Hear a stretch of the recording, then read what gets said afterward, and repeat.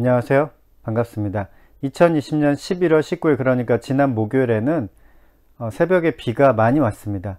86mm가 와서 104년 만에 11월 하루 강수량으로는 최고 기록을 세웠다고 하는데요. 19일 전까지는 사실 비가 별로 많이 안 왔습니다. 덕분에 아름다운 단풍을 많이 볼 수 있었죠. 울긋불긋 단풍이 든 산이나 숲을 보는 것은 가을에 느끼는 행복 중에 하나죠. 단풍 중에서 으뜸이 무엇이라고 생각을 하시나요? 2020년 우리나라 가을 풍경을 보다가 가장 인상적인 단풍을 저는 두 개를 생각해 봤습니다. 하나는 도로 양옆에 이렇게 쫙 늘어서 있는 은행나무입니다. 저는 우리나라에 이제 가로수로 은행나무를 심은 것에 대해서 좀 불만이 있었어요. 좀 잘못이라고 생각했습니다. 왜냐하면은 가을이 되면 거리에 나가면은 좀 더러운 냄새가 나잖아요. 그런데 은행 열매가 다 떨어지고 노란 옷을 입고 이렇게 도열에 있는 은행나무를 보니까 그렇게 불평했던 제가 좀 미안해지더라고요. 그까지 냄새는 좀 참는 게 맞다고 생각을 했습니다.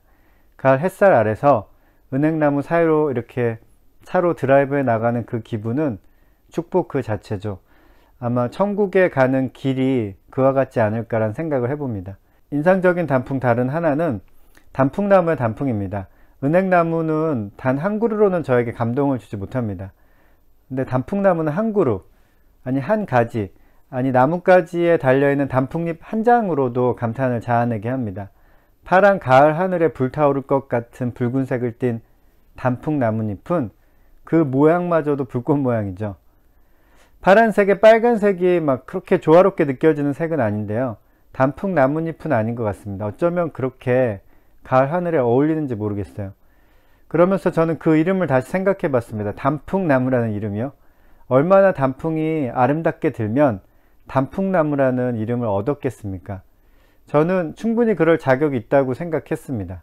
저는 단풍을 사전에서 찾아보았습니다. 무슨 뜻인지 정확하게 알고 싶었어요. 붉을 단에 단풍 풍자를 쓰더라고요. 근데 단풍 풍은 별 의미가 없잖아요. 그래서 풍에 있는 한자를 보았습니다. 나무목 옆에 바람풍이 있더라고요. 절묘한 것 같아요. 나무가 바람을 맞아서 드는 색깔을 의미하는 것 같습니다.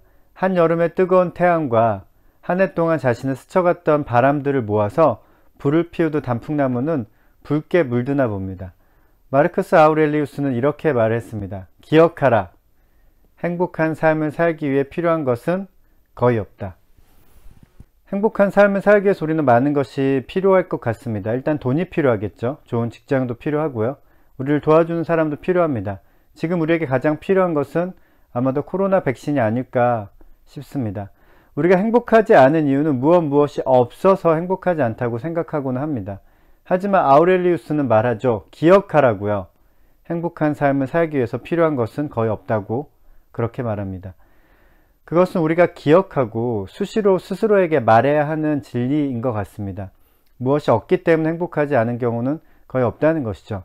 물론 돈이 있고 좋은 직장이 있고 훌륭한 동료들이 있고 코로나 백신이 있다면 더 행복해질 수도 있겠습니다만 그것이 모두 없어도 우리는 행복할 수 있습니다.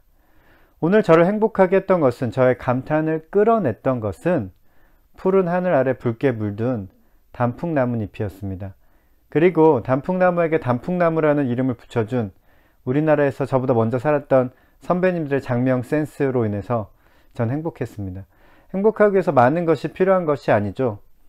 행복하기 위해서 필요한 것은 정말 별로 없는 것 같습니다. 필요한 것이 있다면 정신 차리고 주변을 잘 살펴보는 것 정도? 그 정도가 필요하지 않을까요? 비가 와서 단풍이 들었던 나뭇잎들이 많이 떨어졌습니다. 아쉽지만 나무들도 겨울날 준비를 해야 되는 거겠죠. 그렇다고 저의 행복까지 떨어진 것은 아닙니다. 오늘도 좋은 하루, 더불어 행복한 하루 되십시오. 오늘도 좋아!